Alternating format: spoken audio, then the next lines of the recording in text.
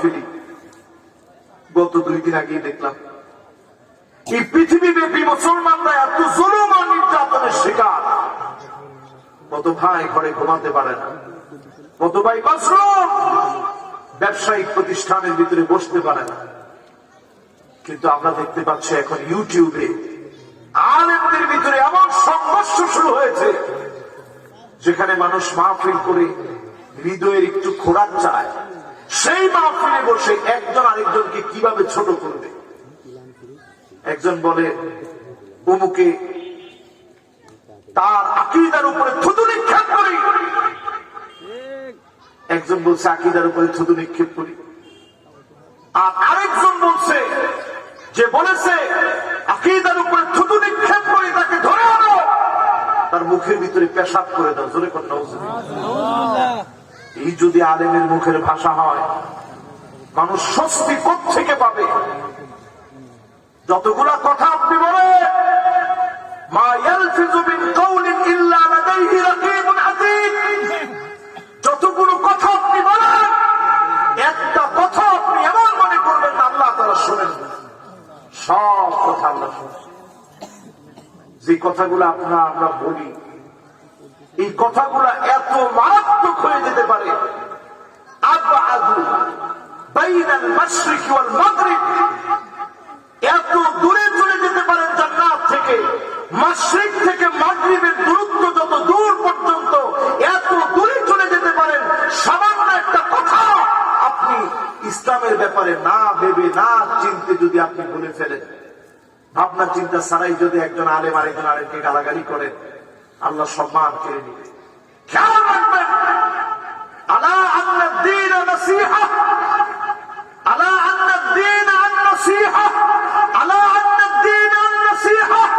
এই দ্বীন হচ্ছে একজন আরেকজনকে নসিহত করুন।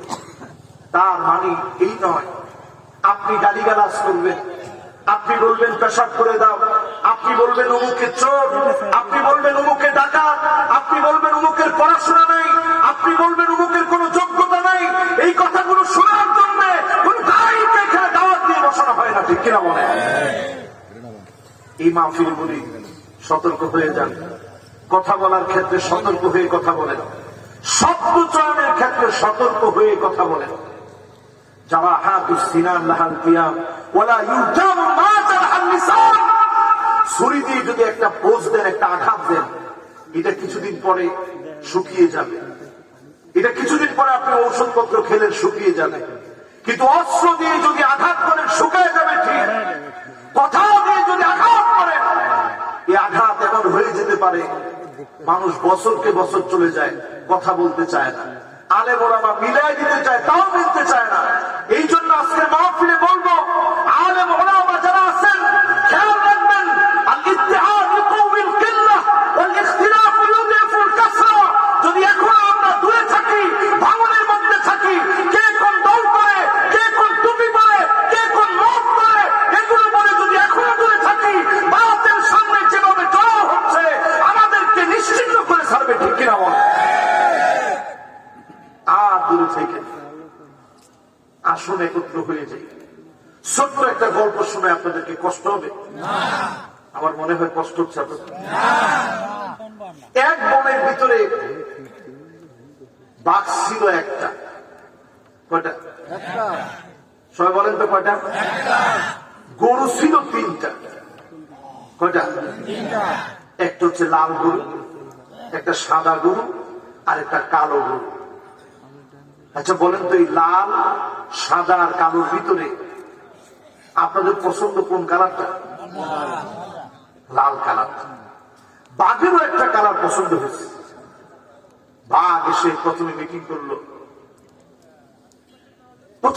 করলো কালোটার সাথে আর লালটার সাথে, যে তোদের দুইজনের কি সুন্দর কালার, আপনারা যেরকম পছন্দ করছেন, তোদের দুইজনের কি সুন্দর কালার, তুই কালা তুই লাল, সাদাটা কি কোনো কালার হলো?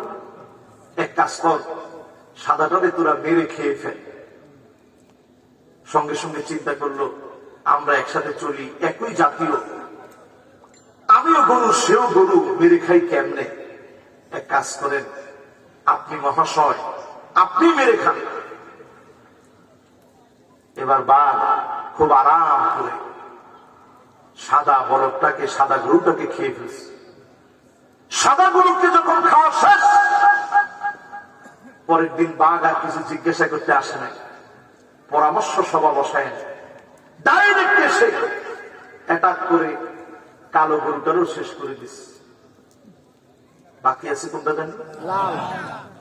এরপরের দিন লালটার এসে বলতেছে, তুই তো এতদিন অনেক সোনা পরামর্শে অংশীদার ছিলি, একটু সুযোগ তো তোরে দিছি, এখন আর তোর কোন সুযোগ নেই, আজ দেখাবো তোরে।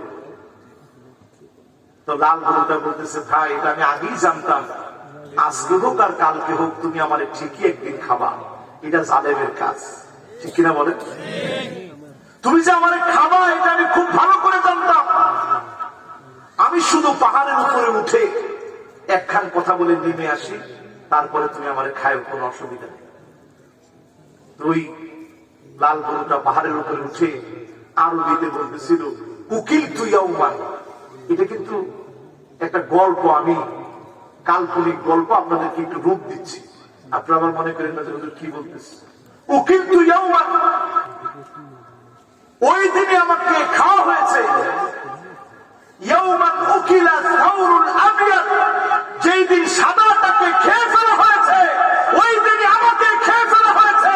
ও আলেম জেনে রাখেন, একজন আলেমের বিরুদ্ধাচরণ যখন আপনি করেন, আপনার এই কথার কারণে যখন সাহায্য পেয়ে যায়, একজন আলেম যখন মাসলুম হয়, তার বিরুদ্ধে যখন কথা না বলেন, আপনি মনে রাখবেন অচিরেই আপনাকে খাওয়া হবে, ঠিক কিনা বলেন? এই মাহফিল থেকে আজকে একটু শিক্ষা নিয়ে যান। আলেমের বিরুদ্ধে কোনো দ্বন্দ্ব থাকবে না, আলেম সব এক হবে। নানা কথার মধ্যে ভিন্নতা থাকতে পারে, চিন্তার মধ্যে পার্থক্য থাকতে পারে, কিন্তু মনের ভিতরে সমুদ্রের মতো স্থান থাকতে হবে, ঠিক কিনা বলেন? আল্লাহ আমাদেরকে বোঝার তৌফিক দান করুন, সকলে করেন আমিন। এই গল্পটা কি আপনারা বুঝছেন সবাই?